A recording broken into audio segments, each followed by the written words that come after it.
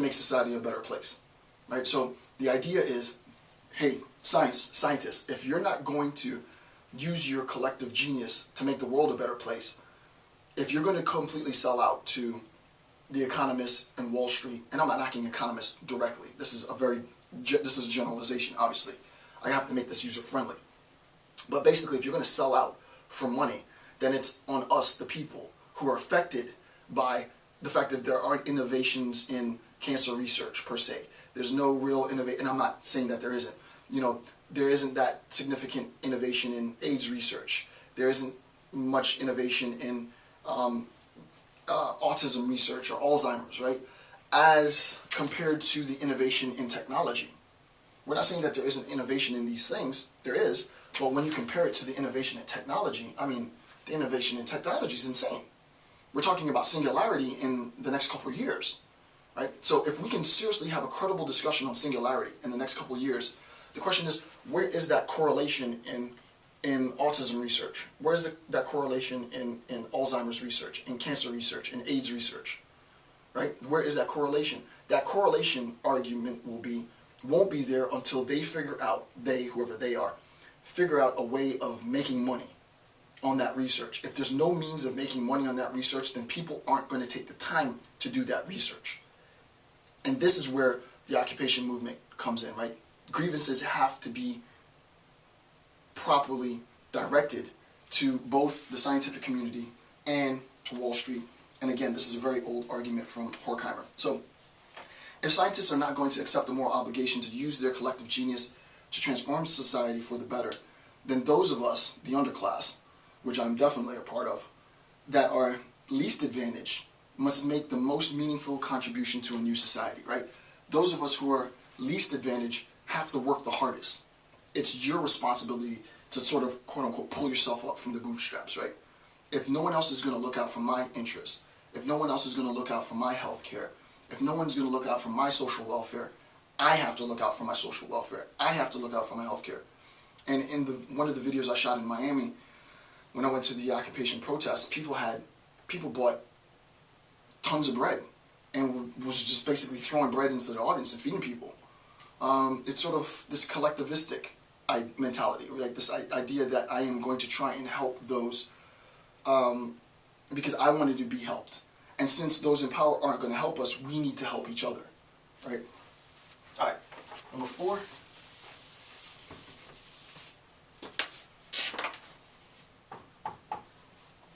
Number 4, the Occupy movement is only partially addressing the problem by attacking Wall Street, right?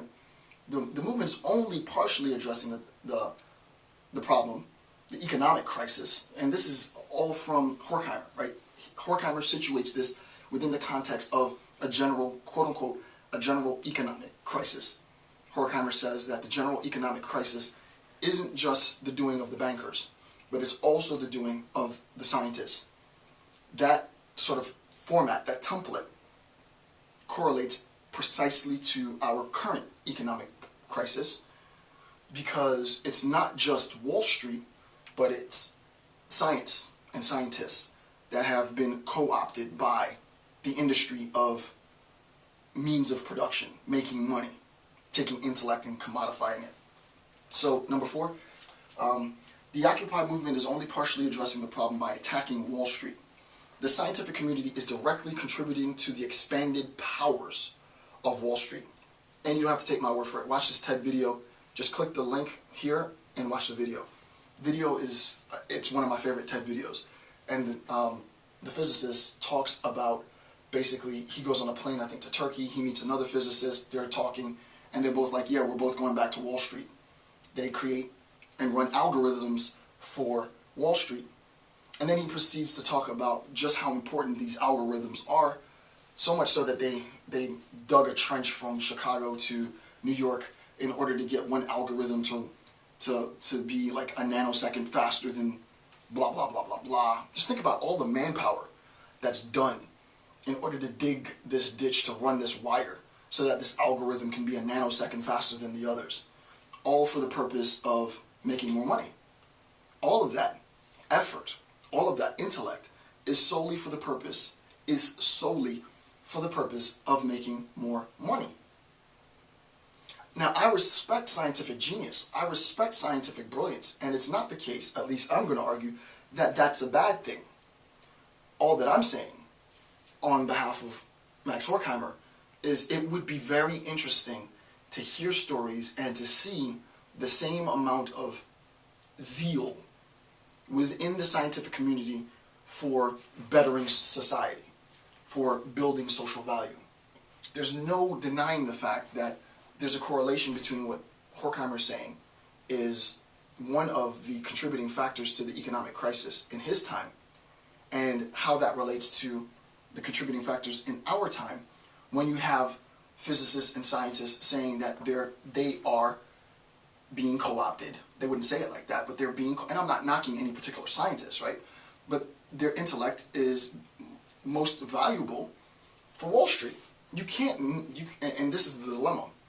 These individual men and women, these individual scientists are not, like individual wealthy people, to be blamed.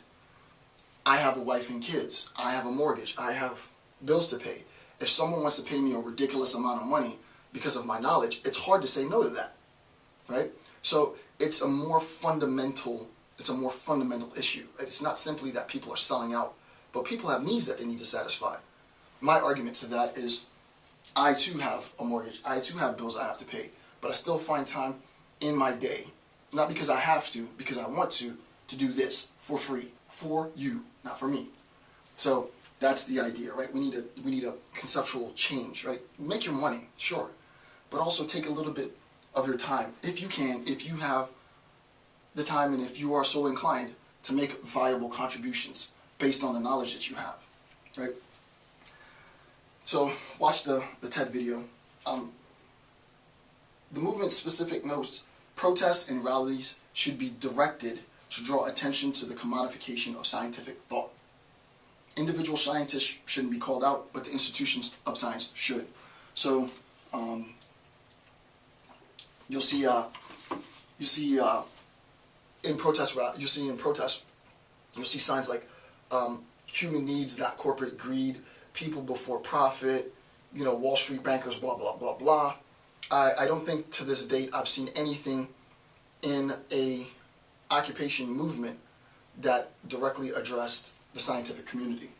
And I think if you're going to protest, then you have to recognize that placing all the blame on Wall Street when all of the innovation is coming from academia, the ability to create algorithms that run so fast that manipulate markets in such a way in order to extract every penny out of it. These systems, these tools are coming from academia. This is how they're making all the money that they're making. Well, if that's how they're making all the money that they're making, and you're wielding all the blame on Wall Street, then you don't recognize that the source in which this money is generated comes from the ivory tower. Then you're completely not, and I'm not knocking it because it's not easy to understand. You got to dig in the books in order to see this. You're not properly directing your frustration in the right direction, right? So the scientific community is to blame, and this is not, again, the beautiful thing about the Occupy movement, at least as it is now, is that the Occupy movement is wholly a peaceful movement. So people should peacefully protest against not members, but the scientific community as a whole being co-opted by Wall Street. Okay. One more part. There are 10 steps. We'll end with 5, and then I'll do another segment for 6 through 10. Number 5. So we're halfway through. Number 5. This is a quote from the text. Quote, "In the measure that concerns for better society, which still dominate enlightenment, one gave way to the attempt to prove that present-day society should be permanent." The idea, basically what that says, is that there's this belief, and actually Jose Ortega y Gasset has a really good discussion on precisely this point. He calls it the height of times. It's a technical term that he gives to it in his book, The Revolt of the Masses. In The Revolt of the Masses, Gasset says that there is a period in time, the present, now, is the height of the time, it's the best of times, right? that idea that it is the height of